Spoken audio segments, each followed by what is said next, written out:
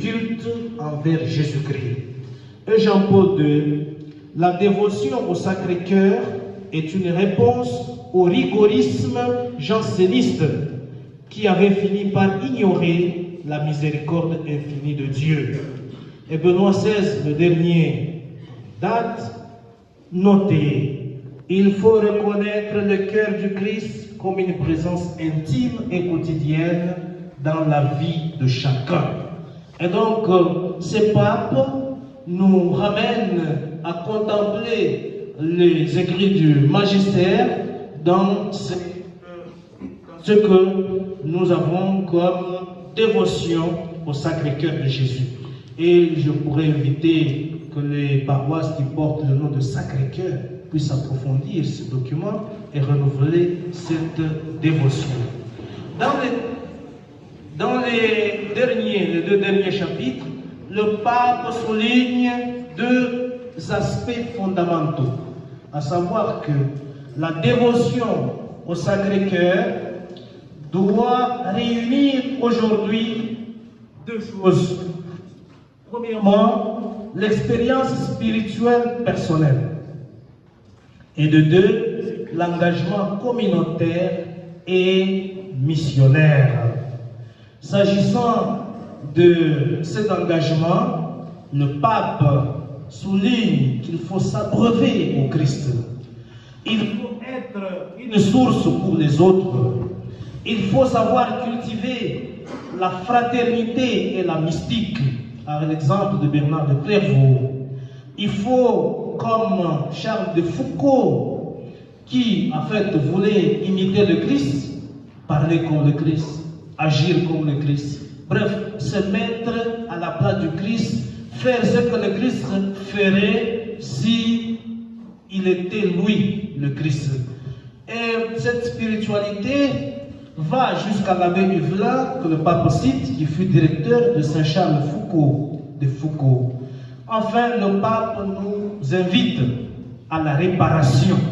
Il faut savoir réparer le cœur blessé. Avoir aussi la dimension esthétique. Savoir contempler la beauté de demander pardon. Et aussi savoir faire l'offrande de l'amour.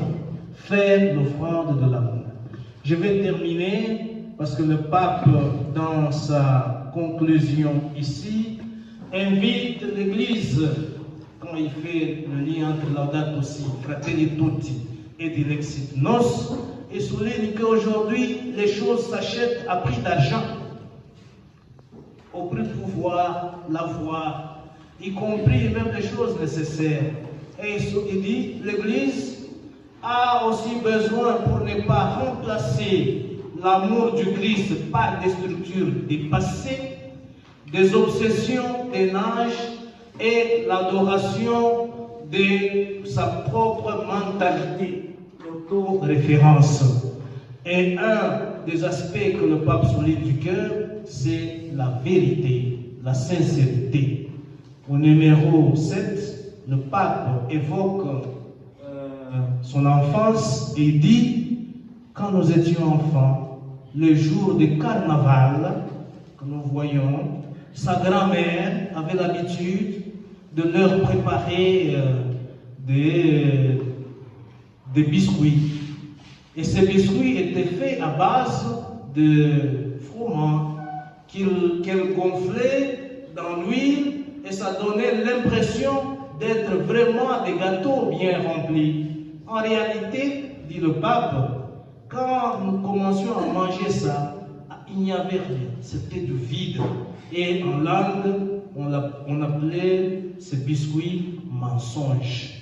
En fait, le cœur peut être aussi rempli de mensonges plutôt que de vérité, plutôt que de sincérité, plutôt que d'honnêteté. Et quand il évoque son confrère, Blaise Pascal, dans les cœurs et ses raisons, là je le cite tout simplement, ainsi la vie humaine n'est qu'une illusion perpétuelle.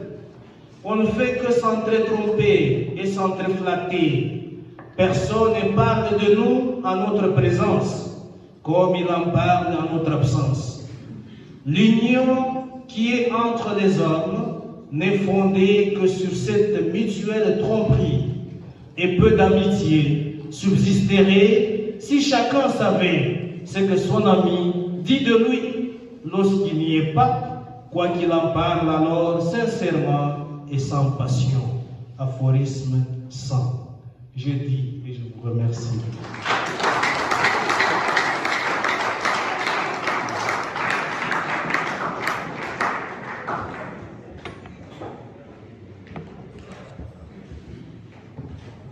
Nous remercions l'abbé pour l'exposé de ce jour. Et bien avant de passer à la série de questions, nous allons d'abord devoir donner quelques lignes de contenu de cette lettre. Premièrement, il faut savoir que cette lettre, on la présente sur 3 points. Donc, premièrement, il y a le contenu de la lettre en rapport avec d'autres lettres. Deuxièmement, le lien entre la lettre avec les autres documents du pape. Et en dernier lieu, nous avons le plan et le contenu de Dilexit Nos. Et alors, ici, le pape a posé la question de savoir est-ce qu'aujourd'hui, il y a lieu de parler du cœur, puisqu'il a constaté que les hommes aujourd'hui, ils ont remplacé le cœur par la raison et la liberté. Et si l'homme n'a pas de cœur, cela nous mène à des atrocités et à des guerres. D'où il a fait les rapports aussi avec l'anthropologie africaine. Il dit l'homme c'est le cœur. Le cœur représente l'homme. Et l'homme qui n'a pas de cœur, c'est un homme sans vie. Et dans le premier chapitre,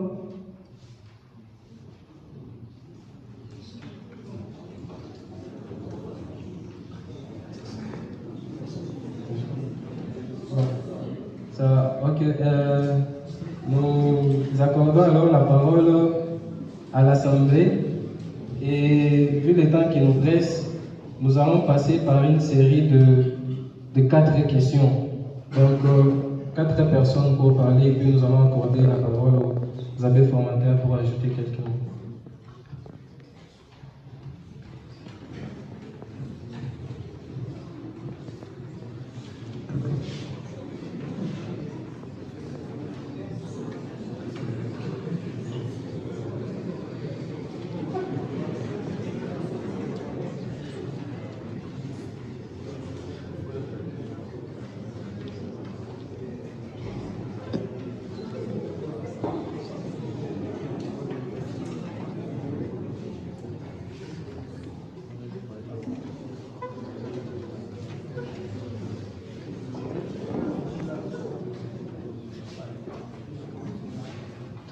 Merci, M. l'abbé, de la parole. Nous avons lu quelque part où l'on dit que l'Humain Fidei n'est pas compté parmi les lettres du pape François, comme ce n'est pas lui qui avait commencé la rédaction. Alors, ainsi, on compte la Verve Fratelli Tutti et celui-ci, Dilexit Nos. Alors, j'ai voulu un peu avoir une lumière par rapport à ça. Merci.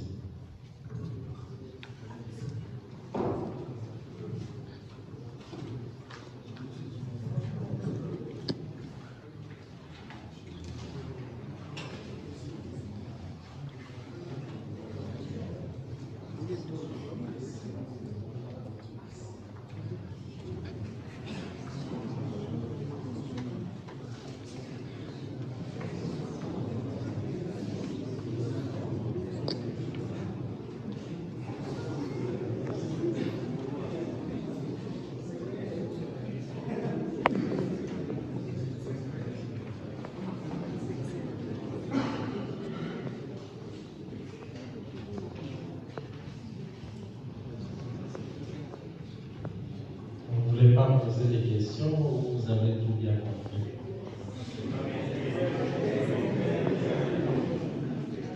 Merci, M. l'abbé pour cette belle présentation de cet important document. j'espère comme vous, mais j'essaie d'être réaliste aussi, que le pape pourra écrire une nouvelle facile. Je voudrais apporter un éclairage de la question qui vient d'être posée. J'ai eu à analyser dans un petit texte les documents des différents papes et on peut confirmer l'hypothèse que Lumen Fidei est un texte probablement laissé par le pape Benoît XVI parce que quand on analyse tout ce qu'il a publié, sa première encyclique c'était Deus Caritas Est, puis après il a publié Spe Salvi, après il publie Caritas in Veritate, c'est que quelque part le pape avait le souci de revenir à une morale des vertus. Et il a voulu promouvoir les différentes vertus. Et lorsqu'on fait une analyse de tous ces documents, on se rend compte que la foi, il en parle dans plusieurs discours, dans d'autres textes, mais la foi semble le maillon manquant pour faire la chaîne complète, pour compléter sa doctrine de morale basée sur les vertus. En plus, cela peut se confirmer parce qu'on se rend compte que le pape François invoque le même très rarement. Cette encyclique, il parle plus facilement de Laudato Si, il invoque facilement Fratelli Tutti. C'est comme si c'était un texte qu'il a publié et qu'il a oublié lui-même. Il l'avait déjà publié. On ne sent pas qu'il y a une suite logique entre ce document. Un lien faible a été établi dans Evangelii Gaudium, et puis après c'est une encyclique qui semble pas vraiment faire partie de ses préoccupations ou de son enseignement. Alors, j'ai eu aussi le temps de parcourir le document avec vous et je voudrais partager avec vous quelques questions auxquelles vous pouvez peut-être apporter.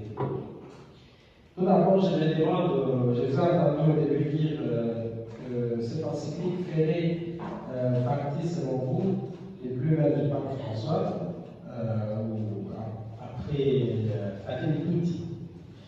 Et moi, je me demande si ce n'est pas l'encyclique la moins outillée théologiquement, donc à telle théologique faible par rapport aux deux autres, par rapport à Fratelli Tutti et à Laudato Si. Est-ce que vous n'avez pas l'impression que c'est théologiquement moins outillé que les deux autres? L'autre question, c'est concernant le rapport qu'on peut établir à partir de cette encyclique entre la piété populaire et la réflexion théologique. Quel lien pourrait être établi entre la piété populaire et la réflexion théologique? Autre petite question, finalement pour vous, quelle est la valeur théologique que vous accordez à la reconnaissance de ce document? Je vous ai entendu tout à l'heure faire allusion au rapport avec la Trinité et la dimension christologique. Quelle est la terre théologique? Comment ce document peut être théologiquement accueilli? Oui, je termine par la question. Le fait de parler du cœur ainsi, si on y prend garde, est-ce qu'il n'y a pas un risque de tomber dans une sorte de théologisme qui risquerait de rendre difficile la compréhension même de la chose? Parce que si nous disons que la personne est son cœur, imaginons qu'une maman tombe malade, elle a un problème de cœur et qu'il y a la possibilité de faire un greffage. Et on lui indique que bon, voilà, on a trouvé quelqu'un qui est accidenté, qu'elle connaît et que son cœur pourrait l'aider à guérir. On pourrait faire une greffe de cœur pour qu'elle rétablisse tout. Sachant que mon corps, on va lui donner son cœur, parce que quelque part, elle ne va pas se dire finalement si on me donne son cœur, parce que j'ai reçu son cœur. Si on ne prend pas les précautions suffisantes pour épurer ce risque de théologisme.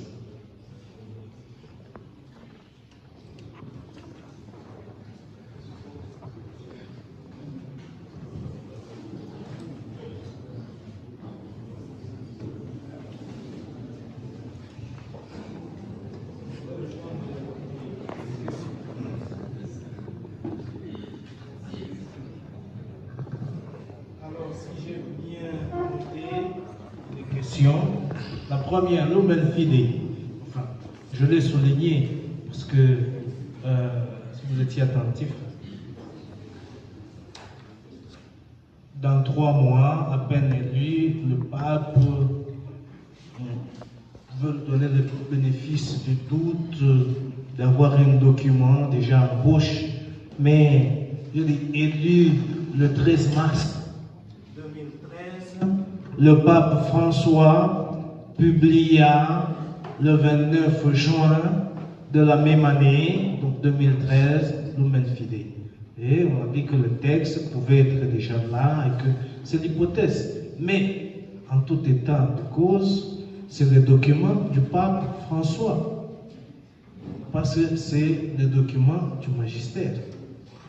Dans la pratique de l'Église, même si l'autorité prenait des idées de c'est fini, c'est assumé par lui. Ah oui.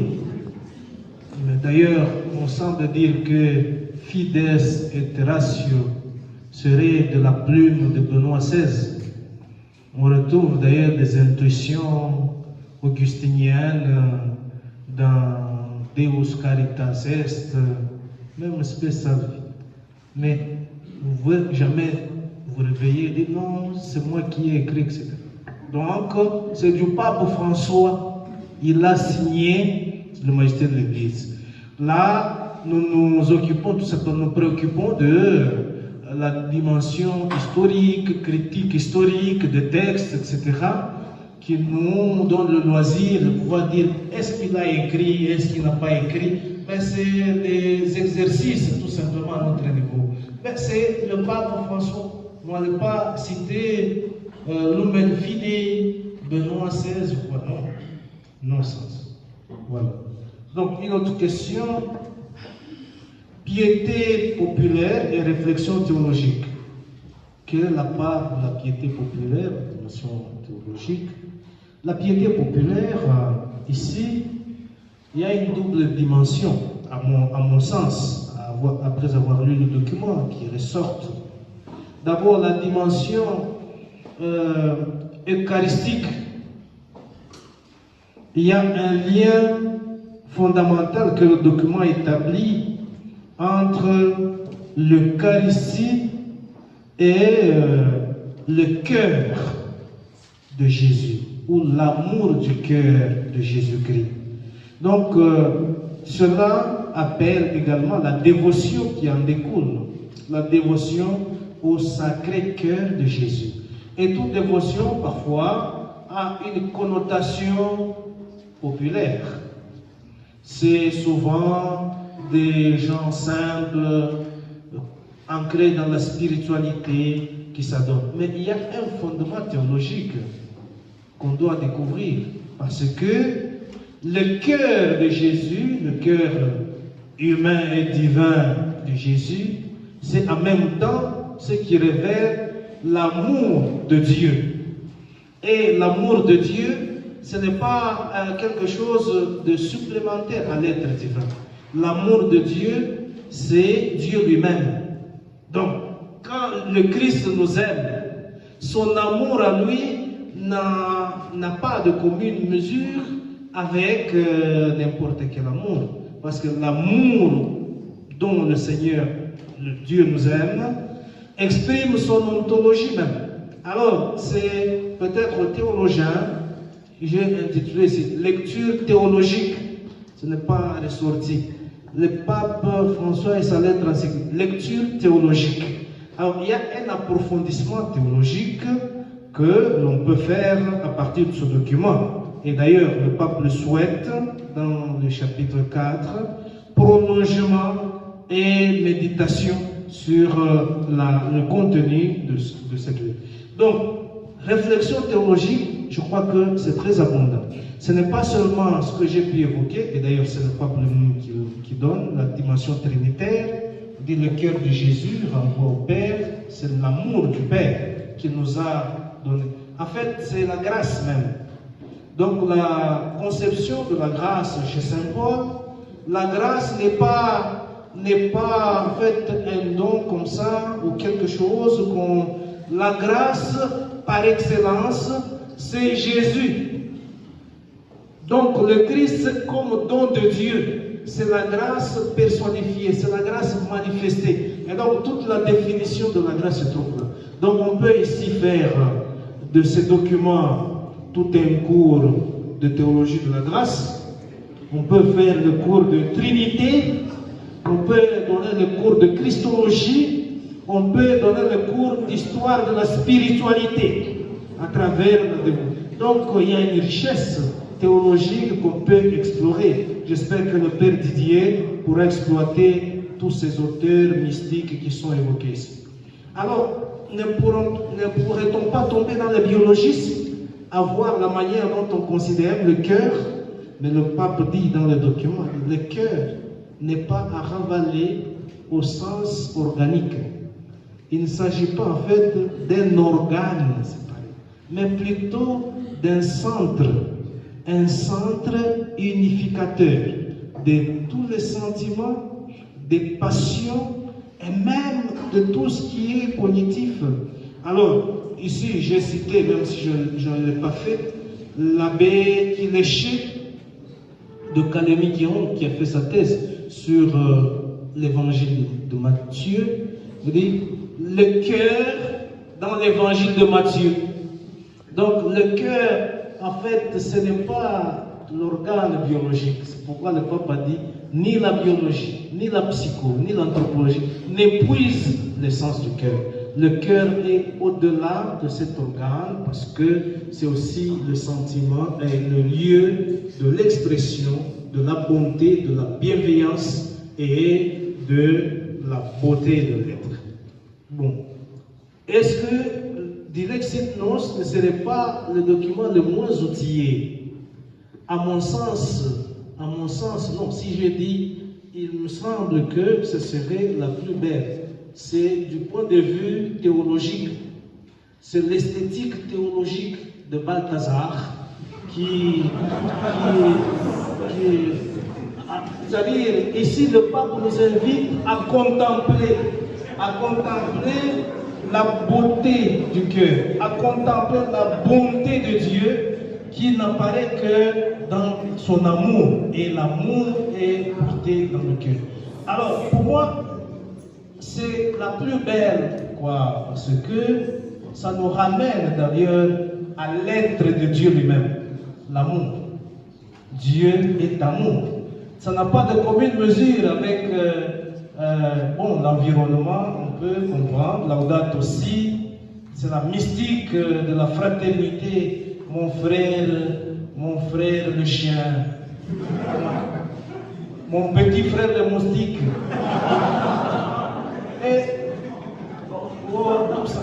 C'est bien beau, c'est dans la mystique. Mais ici, nous sommes ramenés à l'être même de Dieu. Donc, théologiquement, Dieu est amour. Dieu est miséricorde. Je crois qu'il y a un fondement théologique très important, à mon sens. Deus Caritas. Dieu est amour. Et cet amour, c'est Dieu lui-même. Et donc, l'amour du Christ, c'est le Christ lui-même. Alors, quoi de plus beau théologiquement que de... Bon, merci, je l'exagère. Vous n'intervenez pas et puis, vous allez commencer à...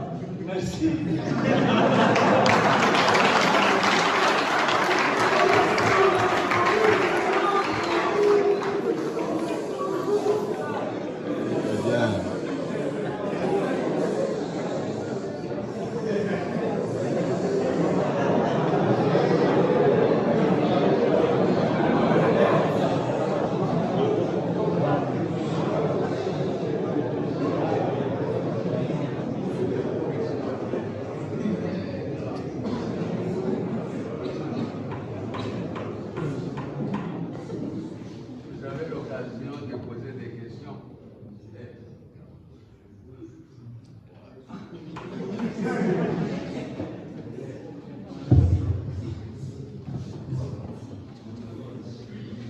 Bon, je vois que vous avez toujours l'occasion de poser des questions. Ce n'est pas encore la fin de la conférence.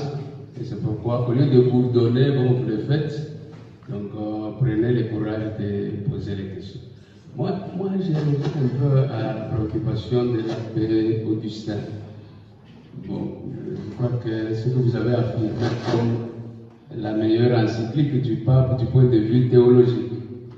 Et vous vous êtes engagé dans les explications de l'esthétique théologique chez Balthazar. Je crois que l'esthétique, il y a eu quand même plus théologique que l'esthétique théologique. Traduit par la gloire et la croix, c'est plus de spéculation philosophique que théologique. Donc moi, je préférerais chez Balthazar parler de théologique ou théodramatique, qui exprime mieux l'aspect théologique. Alors, pour revenir un peu, vous avez dit qu'à partir de cette encyclique, on peut composer un cours de Christologie ou un cours de Trinité. Je crois que c'est... Moi, personnellement, je trouve que c'est exagéré.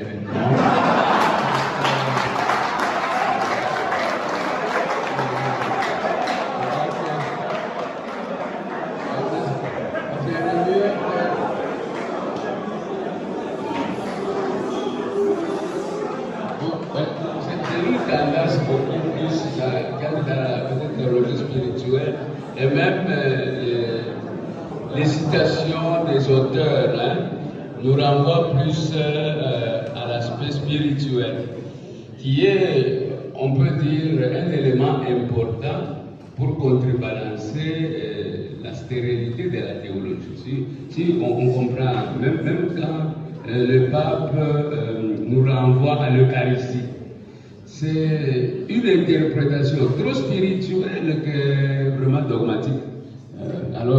Donc on peut reconnaître dans ce sens-là comme quelque chose qui vient revaloriser l'aspect spirituel. Mais dire que c'est un document qui est très riche théologiquement dans le sens classique des traités théologiques, je crois que là on peut en discuter longuement. Merci.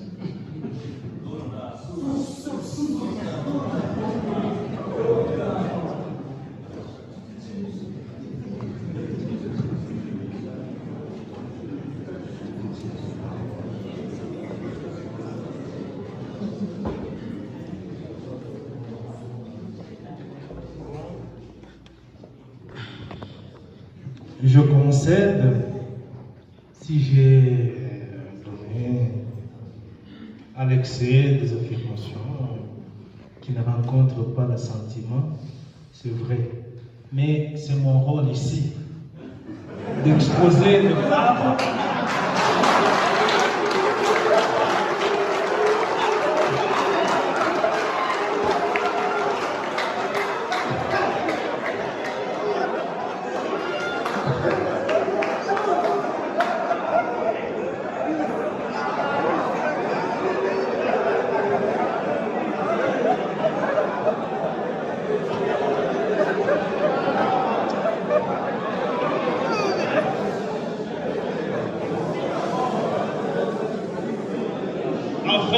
L'abbé Paul a raison, on peut donner, c'est-à-dire quand le pape écrit, il tient compte aussi de toute l'Église. Ce n'est pas une encyclique, une lettre encyclique adressée aux théologiens. Non, tout le monde est servi. C'est ainsi que, comme théologien, je peux dire, voilà, tel aspect, même si ce n'est pas creusé à fond, dit c'est une ouverture pour quelque chose. Mais réfléchir sur le cœur de Dieu, la bonté de Dieu, c'est en quelque sorte méditer sur Deus Caritas Est. Le pape lui-même dit Dieu est amour, le nom de Dieu c'est l'amour, et l'amour c'est Dieu lui-même. Alors ça c'est quand on veut peut-être développer, mais le pape n'a pas l'intention de faire un traité, il veut que tout le monde soit servi à son niveau. Et d'ailleurs, il y a une histoire de la spiritualité. Beaucoup de mystiques sont évoqués dans cette encyclique et qui ont donné au cœur la dimension hautement spirituelle, on peut dire, pour nourrir aussi notre dévotion, découvrir la richesse de l'amour de Dieu, l'amour du Christ, le cœur de Dieu, le Sacré-Cœur de Jésus, etc. Bon, enfin, on pourra encore peut-être approfondir la question. S'il n'y a plus de questions, je vous souhaite une bonne lecture. Parce que il faut lire soi-même à la source. Pas...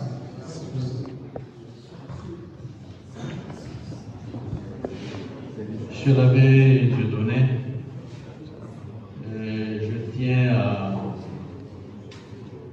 vous adresser mes félicitations pour la qualité de votre conférence. Et votre présentation était à la fois captivante et enrichissante parce que vous avez su transmettre les contenus de l'encyclique de Lexit Nos avec beaucoup de clarté. En tant que Congolais et chrétien catholique congolais, avec tout ce qui se passe dans notre pays, moi je descends plus bas, dans le concret. Comment pouvons-nous redécouvrir l'amour profond du cœur de Jésus, nous, Congolais de la RDC?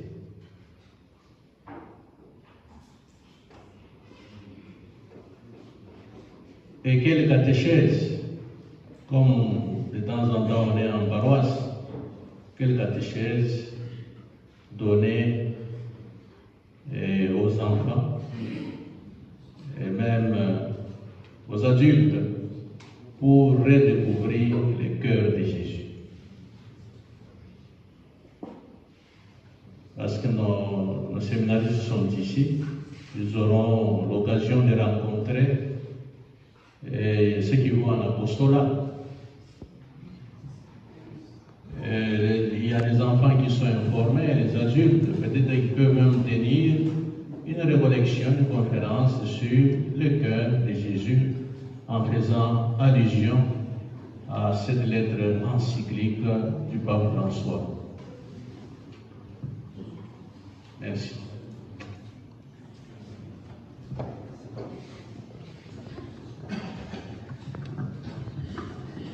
C'est une question difficile. Je ne sais pas. Parce que si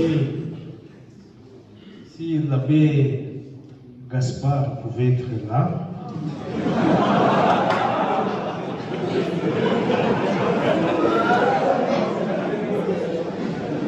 parce que là, c'est hautement pratico-pratique.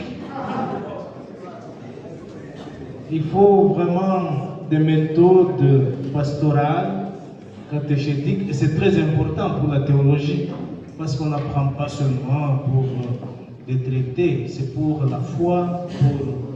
Alors, comment découvrir l'amour profond du cœur de Jésus-Christ dans notre contexte congolais, émaillé par la haine, le tribalisme, c'est l'égoïsme. En fait, le pape en parle.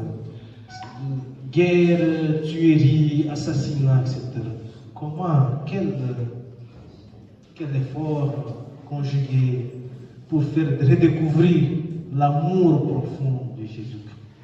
En tout cas, ça pourrait être une thèse de doctorat. C'est encore pour confirmer la richesse de cette lettre qui peut faire naître d'autres aspects, d'autres perspectives.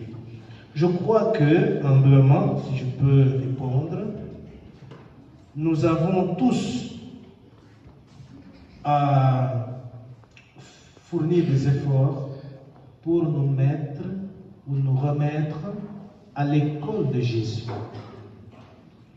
Comme le pape l'a dit dans le deuxième point, revenir au cœur.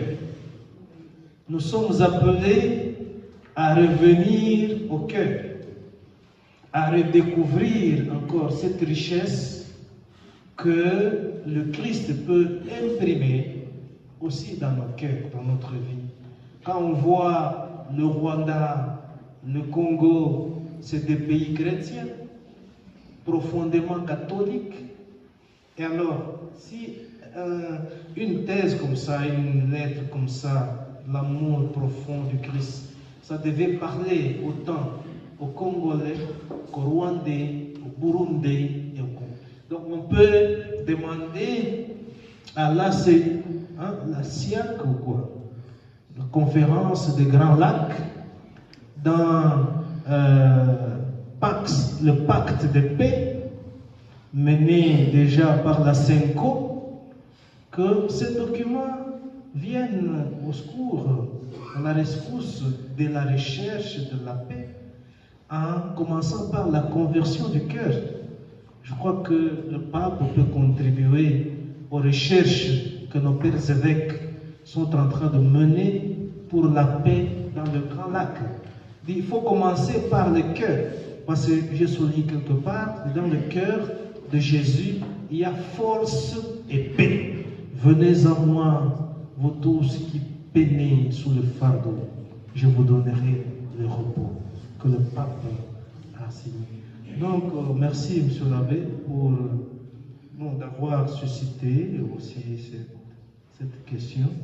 Je crois que ça peut aller aussi plus loin avec cette lettre encyclique, que ceux qui cherchent la paix puissent aussi en faire large diffusion et partager pour qu'on puisse poser des vraies questions.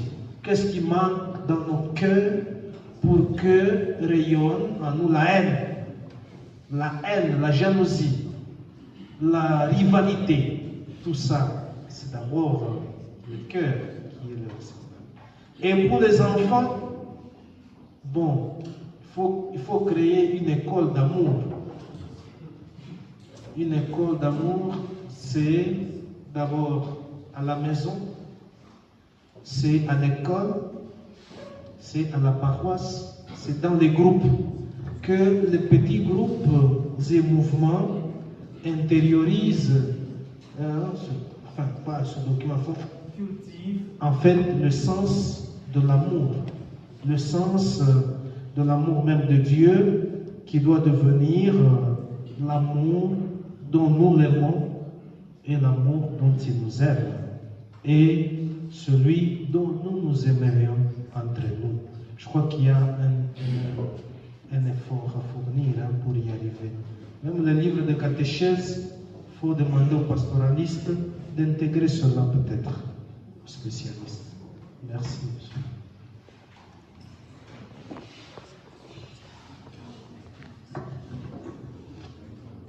Voilà, nous remercions les abbés pour leur contribution et surtout pour les questions posées. Et nous tenons aussi à remercier l'abbé orateur pour ces thèmes si riches qui nous a nourris. Et j'espère que nous avons vraiment compris c'est que le message que le pape veut nous adresser à travers cette lettre encyclique. Et nous donnons la parole à l'abbé spirituel pour la prière finale.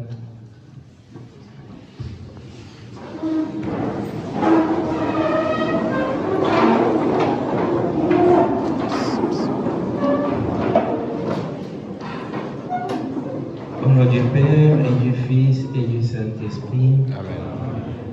Nous te disons, Seigneur, merci pour cette soirée et pour tout ce qu'a été cette journée. Nous clôturons par ici nos activités et nous en remettons à ta main. Voilà pourquoi nous voulons nous mettre sous l'intercession de la Vierge Marie. Je vous salue Marie. Pleine de grâce, le Seigneur est avec vous. Vous êtes bénie entre toutes les femmes, et Jésus, le fruit de vos entrailles, est béni. Sainte Marie, Mère de Dieu, priez pour nous pauvres pécheurs, maintenant et à l'heure de notre mort. Amen. Gloire au Père, au Fils et au Saint-Esprit. Comme il était au commencement, maintenant et toujours, dans les siècles Le Seigneur soit avec vous. et avec votre esprit. Que Dieu Tout-Puissant vous bénisse, le Père, le Fils et le Saint-Esprit. Bénissons le Seigneur.